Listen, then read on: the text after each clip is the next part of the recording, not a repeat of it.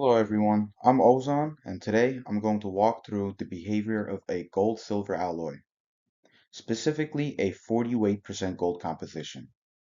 I'll cover how the microstructure forms under different cooling conditions, how to use the phase diagram and lever rule to determine phase amounts, the density calculation for FCC metals like gold and silver, and finally how these alloys can actually be used in neuromorphic or brain-like memory devices.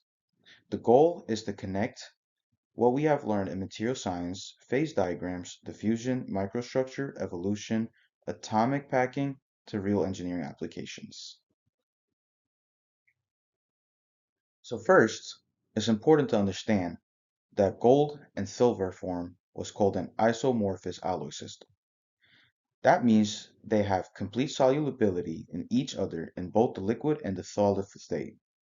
They both have the FCC crystal structure, similar lattice parameters, and similar atomic radii. So there's no reason for a second solid phase to form. On the phase diagram, the entire bottom region is a single phase field. That's a substantial solid solution. Between the liquids and the solidus, we get a mixture of liquids and solid. Our alloy is 48% gold, so on the diagram we follow the vertical line at 40%. This line tells us exactly which phases we should expect at any temperature. On this diagram, you can see the difference between fast quenched metal and a very slowly cooled metal. As when you do it very slowly cooled, you get larger fractions, but when you do it in fast quench method, you get very smaller fractions. When gold, silver is quenched really fast from the liquid, the main effect is on the grain size and the chemical uniformity. Fast cooling causes a lot of nucleation events and very little time for grain growth. So we get a ton of very small grains.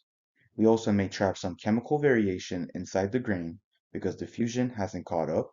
This is the coring effect. If we cool very slowly, the opposite happens. We get fewer nuclei forming early, but they have plenty of time to grow into larger grains. Also, the fusion has enough time to smooth out any composition gradients, so the final grains are more chemically uniform. Even though the microstructure changes, the actual phase stays the same, still a single substantial solid solution. Cooling curve. This slide shows why the grain structure changes, depending on cooling rate. While slow cooling, the cooling curve moves gradually, and there's a long time spent in the solidification range, which allows atoms to diffuse and grains to grow. With a very fast quench, temperature drops steeply past the solidification range. There is almost no time for atoms to rearrange, so the structure freezes in place with many small grains. These cooling curves help explain why processing, not just composition, plays such an important role in the final microstructure of metals.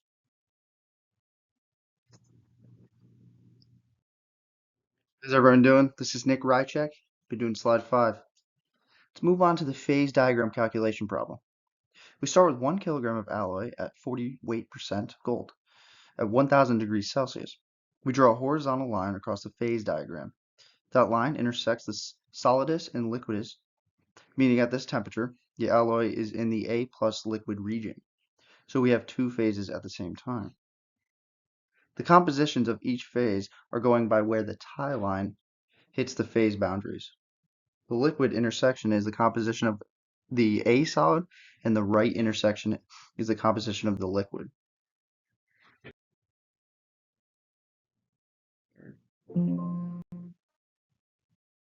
To calculate how much of each phase we have, we use the lever rule.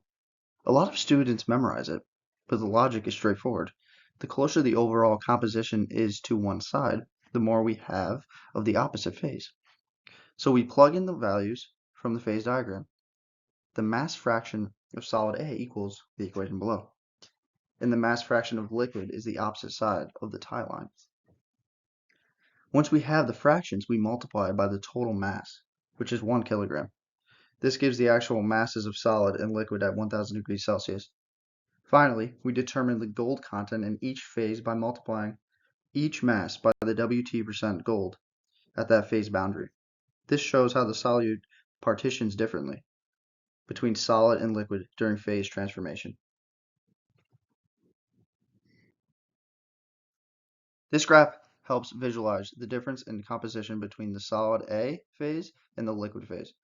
Usually the solid is richer and higher melting and is a higher melting component. In this case, gold, and the liquid is richer in the lower melting component, silver. That's why the A bar is typically a higher gold percentage than the liquid bar. The key takeaway is that even though the alloys start chemically uniform at 40% gold, once we enter a two-phase region, the two phases no longer match the overall composition. Understanding this partitioning is important for solidification processing and predicting micro-segregation.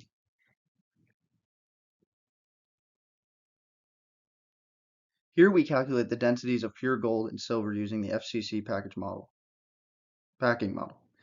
FCC unit cells always contain 4 atoms.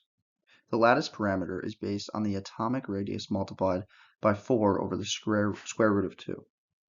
Once we cube that to get the unit cell volume, we plug into the density equation, mass over volume. Even though gold and silver have almost the same atomic radius, gold is much denser because atomic mass is almost double that of silver.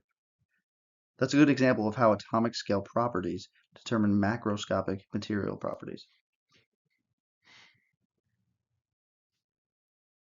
Hey everyone, Tristan Allen here. Now switching to a more modern application using metal alloys as memory devices that mimic synapses in the brain.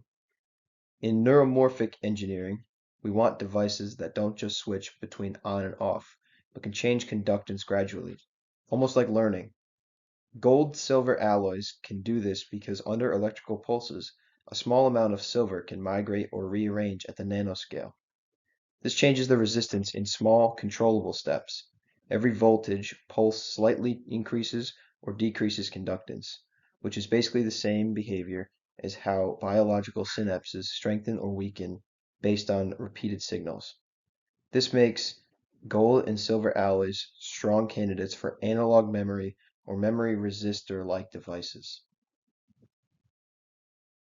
Finally, comparing gold and silver to copper and nickel. Copper and nickel also forms an isomorphous FCC system, so structurally it behaves similarly, but chemically and electrically it's less ideal. Nickel oxidizes easily, which hurts device stability, and it's not biocompatible. Copper-nickel alloys also don't have the same electrical conductivity as gold-silver, which is important when designing nanoscale memory elements. Gold and silver are noble metals, meaning they don't oxidize or corrode easily, so their electrical pathways stay stable over long periods. That's critical for any device that relies on repeatable resistance-based memory. For these reasons, the gold-silver alloy is a better choice for neuromorphic memory applications. To summarize, the gold-silver alloy system is a great example of how crystal structure, phase diagrams, diffusion, and electronic behavior all tie together. We saw how cooling rate changes grain structure, how to calculate phase masses using the lever rule, how to compute densities from atomic radii, and even how these classical material science concepts can be applied in modern neuromorphic memory technology. Thank you.